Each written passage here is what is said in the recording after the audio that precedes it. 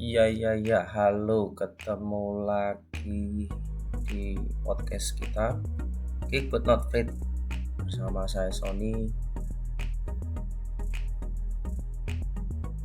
dengan topik data dan informasi di konsep sistem informasi. Thank you buat yang masih setia dengerin podcast dan juga partisipasi memberikan pertanyaan-pertanyaan. So, kita mulai aja ya di data dan informasi. Yakni awal dari sebuah sistem informasi dimulai dari sebuah data, yaitu sesuatu yang mentah, fakta-fakta yang ada di dunia nyata ataupun fakta-fakta yang akan dikumpulkan kemudian akan diolah menjadi sebuah informasi. Contoh sederhana, kalau kita punya data tentang panjang, lebar, tinggi gitu ya, itu adalah sebuah contoh data. Jadi ada sebuah fakta di mana kita punya contoh sebuah peti atau sebuah kotak dengan ukuran panjang, lebar, dan tinggi, maka kita bisa menghitung volumenya. Nah, volume ini adalah salah satu contoh informasi. Dan masih banyak lagi contoh-contoh informasi. Kita bisa bahas lebih lanjut hasil dari pemrosesan data menjadi informasi. Mulai dari pertanyaan pertama dulu ya. Seberapa penting konsep DIKW dalam pengembangan sistem informasi di era industri 4.0? Sebagai informasi, DIKW itu singkatan dari Data, Information, Knowledge, dan Wisdom. Jadi dalam sebuah piramida data, yang paling bawah itu adalah data, kemudian diolah menjadi informasi dikumpulin, diolah lagi, bisa menjadikan knowledge atau pengetahuan ya, karena seperti kita di dunia sehari-hari kita dapat informasi yang banyak, suatu saat kita kumpulin jadi sebuah pengetahuan. Nah, kalau kita udah punya pengetahuan, pasti kita bisa melakukan sebuah kebijakan ya, atau kebijaksanaan yang kita sebut dengan wisdom.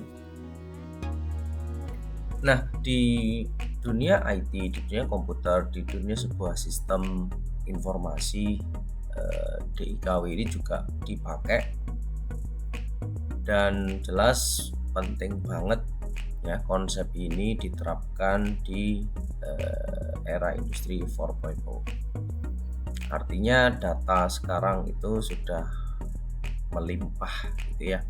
Data sekarang udah banyak banget, data sekarang udah beragam. Dan sekali lagi, semakin banyak data yang dikumpulkan oleh sebuah organisasi, oleh sebuah perusahaan, itu adalah modal yang bagus. Kenapa? Ya, data itu cikal bakal dari informasi. Siapa yang memenangkan persaingan, siapa yang memenangkan kompetisi di dunia bisnis, ya pasti perusahaan atau organisasi yang memiliki banyak informasi.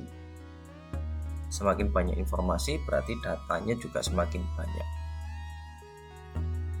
Ditingkatin lagi tadi jadi knowledge, jadi wisdom. Artinya perusahaan itu jelas akan jauh lebih kuat ketika dia memiliki informasi yang lebih akurat, memiliki pengetahuan yang bagus, dan memiliki wisdom yang bagus.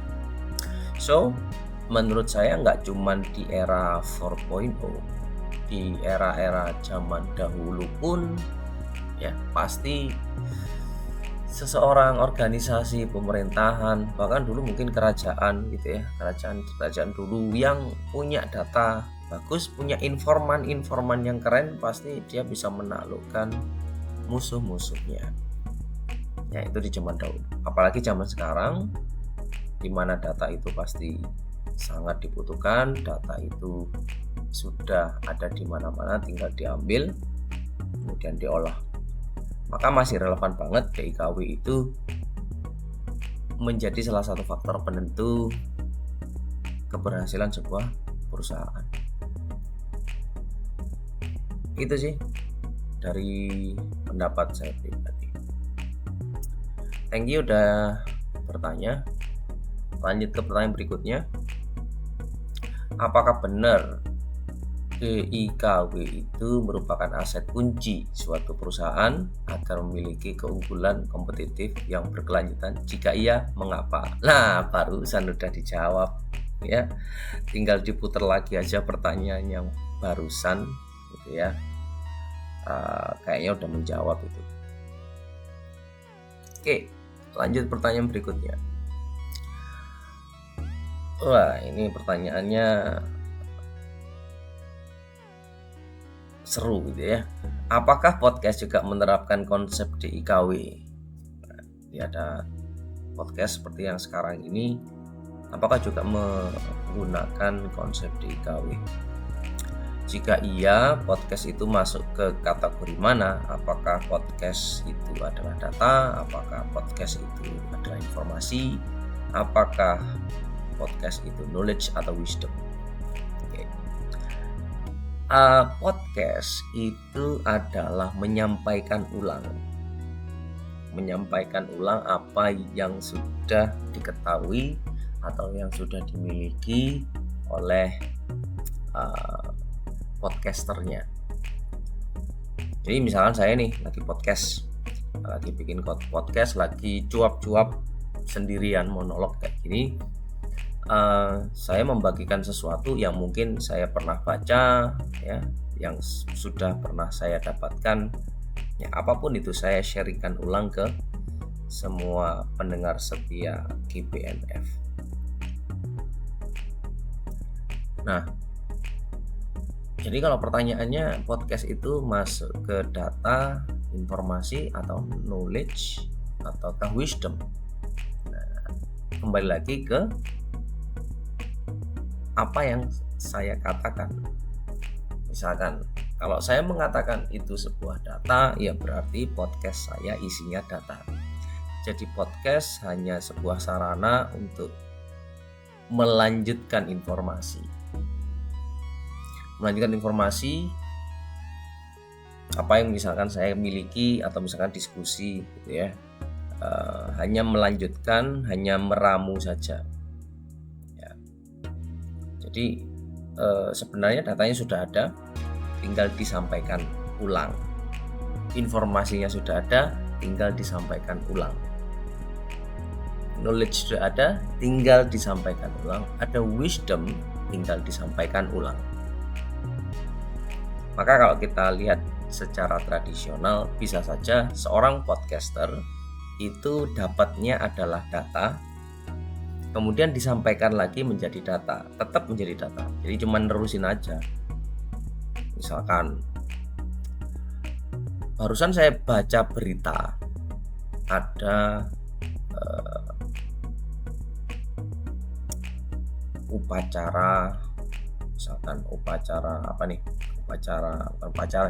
perayaan ulang tahun contoh. Nah, itu kan saya hanya menyampaikan ulang sebuah data. Jadi ada data, saya sampaikan ulang. Kenapa itu bukan informasi? Karena saya menganggap itu masih mentah. Ya, ada perayaan ulang tahun. Oke. Nah, bisa saja informasi yang saya terima saya olah dulu, kemudian saya bagikan ke pendengar sekalian. Entah saya baca berita gitu ya, atau saya melihat fakta ada perayaan ulang tahun, kemudian tidak lama kemudian ada yang ulang tahun lagi ya, terus ada yang ulang tahun lagi, sehingga saya ambil sebuah kesimpulan, data-data itu saya olah gitu ya di pikiran saya, kemudian saya olah lagi jadi sebuah informasi. Kesimpulannya adalah ternyata perayaan ulang tahun sudah kayak new normal, sudah kayak normal lagi, bukan jadi corona lagi. Kalau dulu corona, orang-orang nggak mau merayakan ulang tahun, nggak mau berkumpul. Nah, dengan adanya fakta-fakta, saya kumpulkan misalkan ada 4 perayaan ulang tahun yang saya lihat dengan mata kepala saya sendiri dan itu dirayakan, saya jadikan informasi, ya berarti kesimpulan saya orang-orang sudah mulai berani untuk merayakan ulang tahun secara luring. Itu contoh yang saya terima data, kemudian saya olah sendiri dan saya bagikan ke orang lain dalam bentuk informasi. Jadi depend on apa yang didapatkan oleh podcaster dan apa yang dihasilkan oleh podcaster. Semoga membantu. Kita akan lanjutkan di pertanyaan berikutnya, tetap di Geek But Not Freak. Pertanyaan berikutnya, data, informasi, dan knowledge merupakan konsep yang sangat berguna bagi kita yang ingin mengambil keputusan. Tapi apakah ada saat di mana DIKW tidak dapat digunakan atau nggak relevan dalam membuat kesimpulan? Jika ada, mungkin bisa dijelaskan. Oke, saya jawab singkat sepertinya ya. Bisa saja data, informasi, knowledge, dan wisdom itu tidak dapat digunakan karena tidak relevan, ya, atau tidak dibutuhkan. Ya. Jadi bisa saja data kita banyak, ternyata nggak kepake semua. Kita punya informasi banyak, tapi nggak kepake semua, atau bahkan nggak kepake sama sekali, dan itu wajar. Justru kehandalan dari seorang ahli sistem informasi adalah mampu melihat apakah data atau informasi ini relevan atau tidak, ya. Jadi nanti Anda akan seumpama belajar terus tentang olah data, olah informasi. Saya kok yakin suatu saat Anda bisa memilah, memfilter mana data yang relevan, mana informasi yang relevan, dan Anda juga bisa memberikan sebuah guidance, ya. Ini loh informasi yang kepake, ini loh informasi yang bakal berguna, relevan untuk perusahaan, ya. Jadi pinter-pinternya yang membuat sistem. Oke, mohon maaf saya agak singkat gitu ya, karena barangkali jawabannya juga ada di pertanyaan sebelumnya.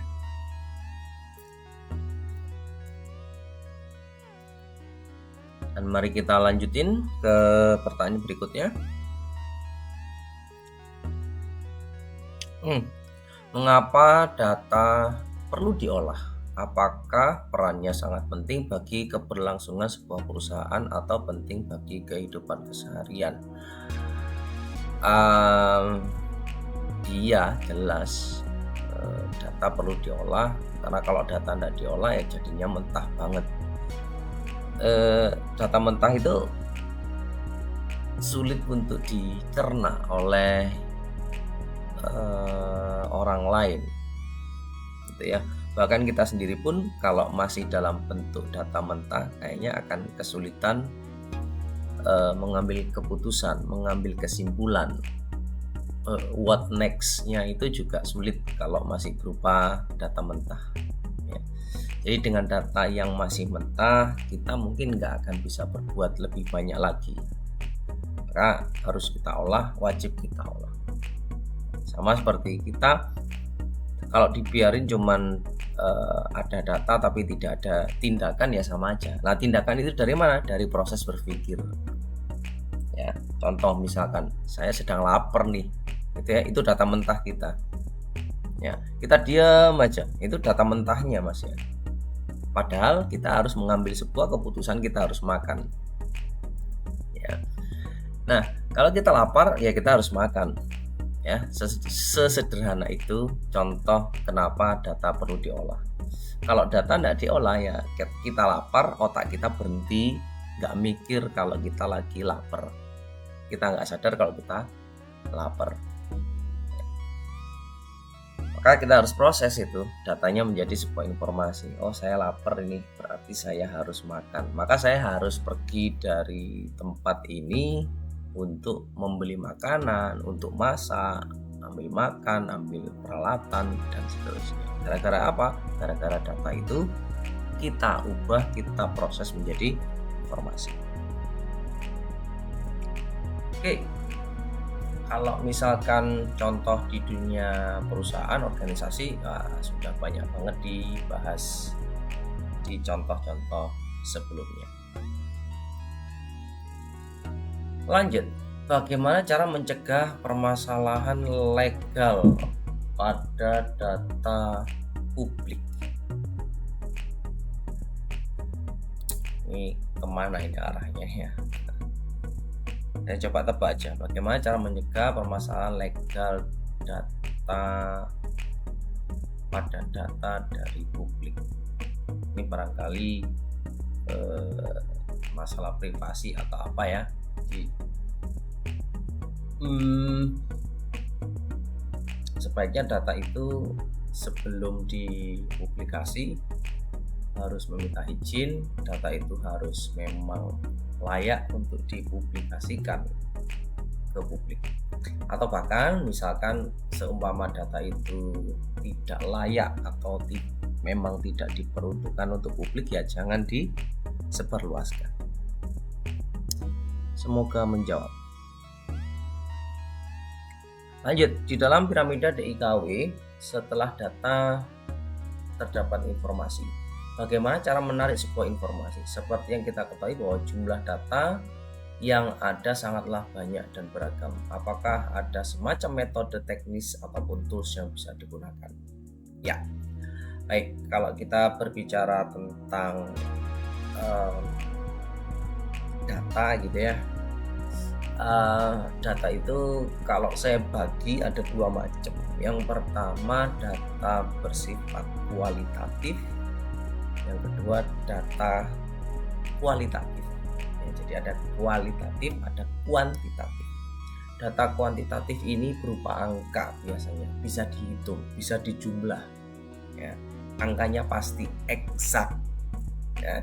Jadi ada data kuantitatif yang sifatnya eksak, kita bisa hitung, kita bisa olah. Paling gampang ngolahnya ya pakai Excel, pakai kalkulator ya. Itu adalah data kuantitatif. Toolsnya seperti itu. Atau bahkan database ya yang sudah lebih canggih gitu ya. Ada big data ya, konsep big data, kemudian toolsnya yang macam-macam, teknologi cloud itu bisa digunakan untuk mengolah data yang bersifat kuantitatif. Nah, bagaimana dengan yang kualitatif? Nah, ini harus ada metode tertentu bagaimana kita bisa mengolah data yang sifatnya kualitatif. Atau bahkan data kualitatif ini diubah menjadi kuantitatif. Bisa saja. Ya. Contoh data kuantitatif apa? Ya, yang bersifat ada angkanya. Contoh panjang, lebar, tinggi tadi adalah contoh data kuantitatif. Ya.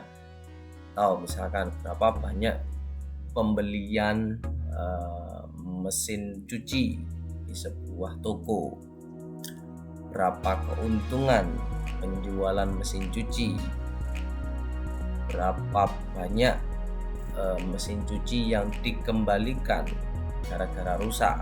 Nah, itu kan berupa angka ya, contoh sederhana. Lalu yang kualitatif seperti apa? Yang kualitatif itu tidak ada angkanya tapi berupa deskripsi. Datanya itu berupa deskripsi kalimat kualitatif.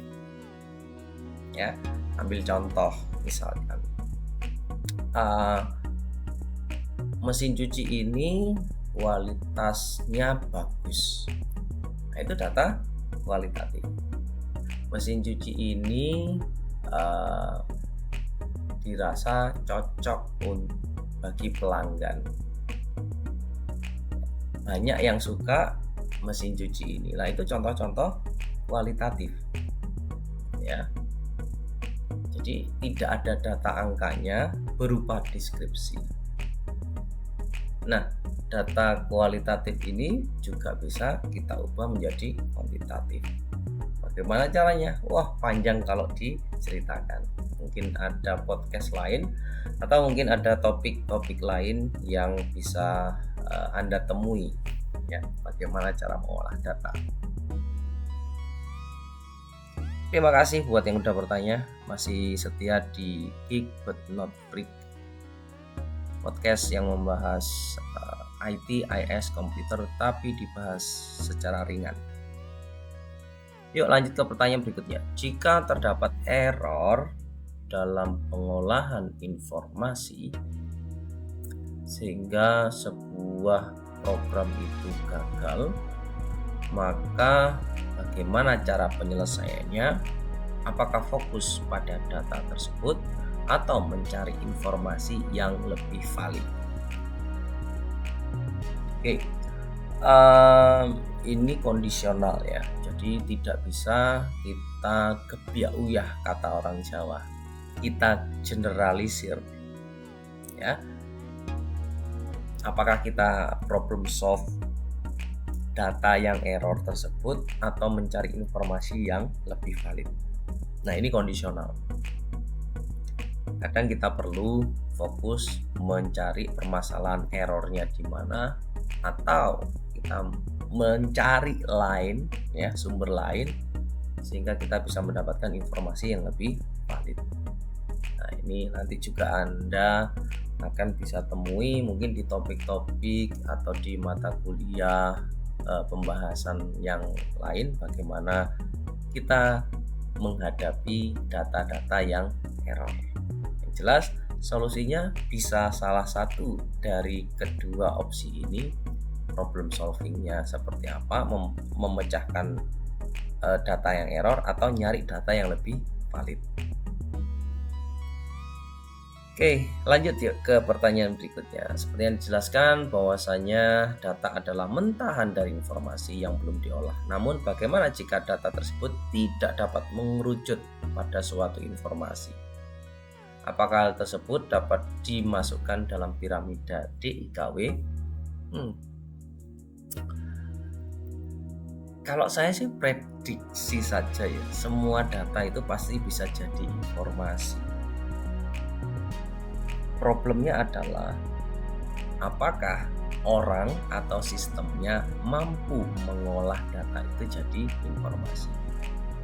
Saya yakinnya kalau semua data itu bisa diolah menjadi informasi yang lebih berharga. Saya yakin.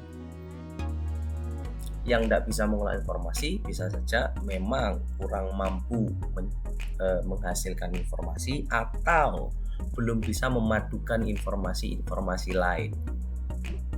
Contoh sederhana, kalau kita ingin cari volume, kita harus ada panjang, lebar, dan tinggi. Ya, problemnya adalah misalkan ada orang yang nggak tahu cara menghitung volume. Maka dia merasa, waduh, data ini useless. Padahal ya bisa dihitung. Ada panjang, lebar, tinggi, kalikan aja. Nah, mungkin orangnya itu tidak tahu cara mengolah informasi itu. Mengolah data itu menjadi informasi. Entah nggak tahu rumusnya atau yang lain. Yang pertama. Yang kedua, dia belum komplit dalam mengambil data. Ya, contoh, untuk mendapatkan volume kita butuh panjang, lebar, tinggi. Nah, ternyata data mengenai tinggi itu nggak ada, hanya panjang dan lebar, sehingga tidak bisa menghasilkan volume. Ya, kemungkinan kedua. Kemungkinan yang ketiga bisa jadi informasi itu tidak bisa digunakan. Ya, jadi bisa saja pasti mengerucut ya, tapi setelah mengerucut nggak kepake, bisa saja. Contoh, kita sudah terlanjur menghitung volume, ternyata nggak kepake, misal ya. Oke, semoga sedikit menjawab dengan analogi sederhana. Lanjut pertanyaan berikutnya. Terkadang informasi yang kita terima masih salah. Wah, bahkan tidak benar. Bagaimana hal tersebut bisa terjadi? Sedangkan informasi merupakan data yang telah diolah. Nah, jawabannya ada di pertanyaan sebelumnya tadi. Bisa saja mengolahnya salah atau datanya yang salah. Hasilnya bisa jadi salah. Contoh, balik lagi ke volume sama dengan panjang kali lebar kali tinggi. Oke. Nah, errornya gara-gara yang membuat informasi ini salah. Ya, harusnya mengalihkan panjang kali lebar kali tinggi, ternyata dia menambahkan panjang ditambah lebar tambah tinggi. Ya, yang salah yang mengolah. Hasilnya datanya betul panjang lebar tinggi, informasi yang dihasilkan salah. Bisa jadi, ya kan? Atau ya, pada saat mengambil datanya itu data sampah. Jadi di dalam dunia IT itu ada istilah garbage in, garbage out. Masuknya sampah, keluarnya juga pasti sampah. Kalau yang dimasukkan ke dalam sistem itu adalah sesuatu yang salah, keluarnya pasti juga akan salah. Nggak mungkin masukannya benar, masukannya salah gitu ya, atau tidak valid, keluarannya jadi benar. Nggak mungkin. Contoh itu tadi, panjang lebar tinggi itu panjangnya 2, lebarnya 3, tingginya 4 harusnya. Ya, kalau dihitung 2 kali 3 kali 4 adalah 24. Harusnya volumenya adalah 24. Ternyata panjangnya keliru. Panjangnya 1. Ya, lebarnya 3, tingginya 4. Oh ya, kacau. 1 kali 3 kali 4 12. Ya. Jadi datanya tidak valid gara-gara apa? Masukannya atau inputnya salah. Ya, jadi banyak sekali possibility ketidakvalidan data. Kalau di dunia misalkan nih di dunia IT gitu ya, paling gampang kita kasih contoh ojek online. Ya, masukkan datanya salah, ya hasilnya sistemnya juga akan salah. Anda pesen ojek online ya, tapi titik jemputnya salah. Waduh, yang nggak mungkin ya, nggak mungkin sistem akan benerin gitu ya. Kalau misalkan inputannya memang salah, ya Anda akan dijemput di tempat yang salah. Kita lanjut ke pertanyaan berikutnya, masih di Geek but not Freak. Data, informasi, dan knowledge adalah sesuatu yang bisa didapat dari masa lalu atau past. Lantas apakah perakiraan data, misalkan perkiraan data penduduk Indonesia di tahun 2050 merupakan suatu yang bersifat past atau future? Mantap ini pertanyaannya. Jadi yang saat ini masa lalu atau past itu adalah sesuatu yang sudah ada. Ya, data-data perakiraan itu sudah ada. Jadi itu termasuk past. Ya. Jadi perakiraan data penduduk tahun 2050 itu bisa saja informasi. Datanya dari mana? Dari data-data tahun-tahun lalu. Contoh dari 1990 sampai 2020. Kita hitung, kita buat perakiraannya. Ya. Jadi hasilnya adalah untuk masa depan. Oke. Jadi hasilnya adalah ya barusan kita bikin. Contoh balik lagi panjang lebar tinggi ya, supaya kita sefrekuensi. Kita udah tahu panjang, kita udah tahu lebar, kita udah tahu tingginya. Maka itu kita anggap pas yang lalu. Nah, data future-nya adalah volume itu. Jadi untuk memproses kita butuh waktu, dan hasilnya itu adalah future. Jadi tidak mungkin kita dapat future kalau kita tidak dapatkan data-data dari past. Oke, semoga sedikit menjawab pertanyaan tersebut. Lanjut ke pertanyaan berikutnya. Dalam materi informasi terdapat database relasional. Apa hubungannya antara database relasional dengan informasi? Woy, mantap banget. To the point, saya langsung jawab. Database relasional itu adalah data mentah. Ya, data relasional itu adalah data mentah. Nah, yang dimaksud relasional itu adalah antara satu data dengan data yang lain berhubungan. Ya, nanti jadilah informasi. Oke ya. Jadi contoh untuk misalkan saya ambil contoh ojek online lagi ya, paling gampang. Nah, data-data yang disimpan adalah pertama data pelanggan, ya kan? Kemudian ada data abang ojeknya. Jadi ketahuan secara kasat mata ada dua data.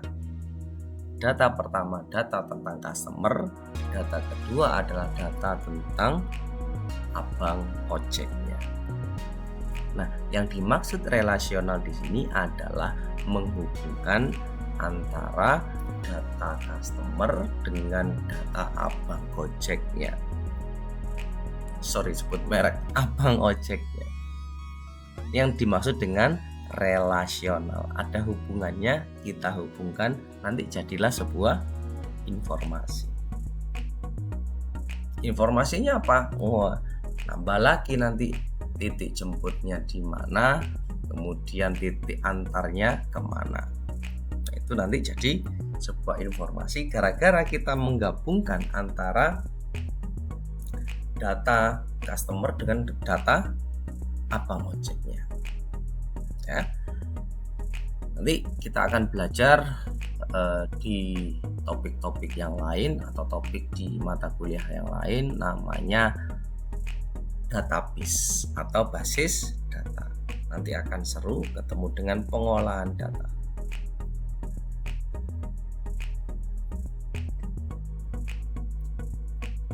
Apakah AI? Ini pertanyaan berikutnya. Apakah AI atau Artificial Intelligence, kecerdasan buatan, dapat mengoptimasi dalam menemukan wisdom dari sebuah data yang efektif? Wah, betul banget.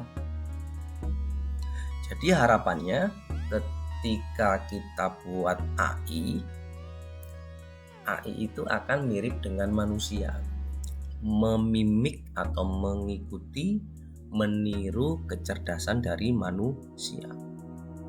Manusia pekerjaannya biasanya adalah mengolah data jadi informasi.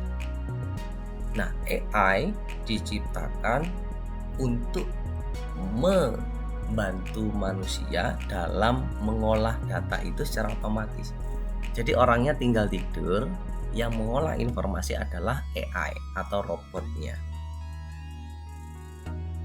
Oke. Nah, kenapa kita butuh AI? Karena AI lebih cepat. Kecepatan AI lebih tinggi. Paling gampang, cepat mana kita menghitung manual dengan kertas perkalian 10 digit kali 10 digit dengan yang dihitung oleh komputer. Jelas pasti lebih cepat komputer. Maka pekerjaan mengolah data menjadi informasi biarkan komputer yang mengerjakan sampai kepada wisdom. Bisa AI bisa menemukan sampai wisdom, sehingga orangnya tinggal tidur ya. Sehingga untuk menghasilkan wisdom kita bisa memanfaatkan AI karena AI tidak pakai tidur, kalau manusia pakai tidur ya. Oke. Nah, pertanyaannya berikutnya bagus banget.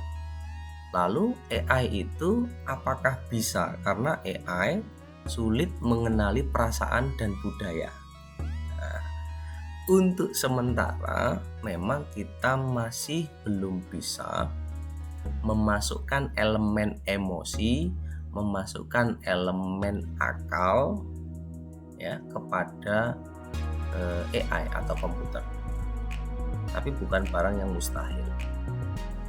Gitu ya.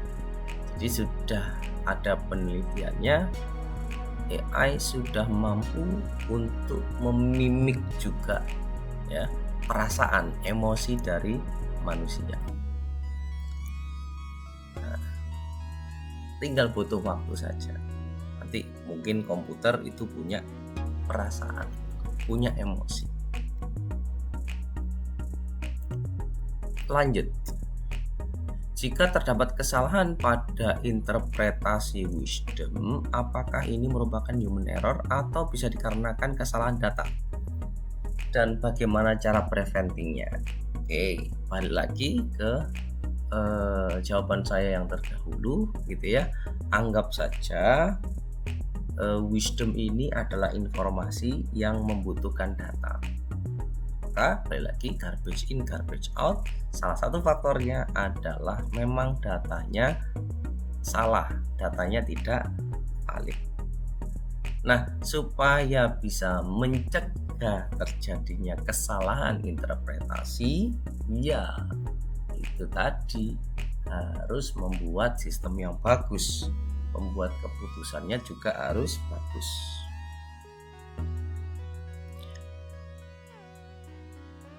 Oke, ternyata pertanyaannya udah habis, tidak terasa. Kesimpulannya data itu data mentah gitu ya, lalu harus di convert, harus diproses menjadi informasi supaya bisa lebih berharga. Karena kalau data mentah saja pendaya gunaannya rendah, manfaatnya rendah. Semakin tinggi tingkatan atau level informasi tersebut, maka semakin bermanfaat. Sekian dari saya. Sampai ketemu di podcast berikutnya. Tetap setia mendengarkan di Geek But Not Free. Sampai jumpa.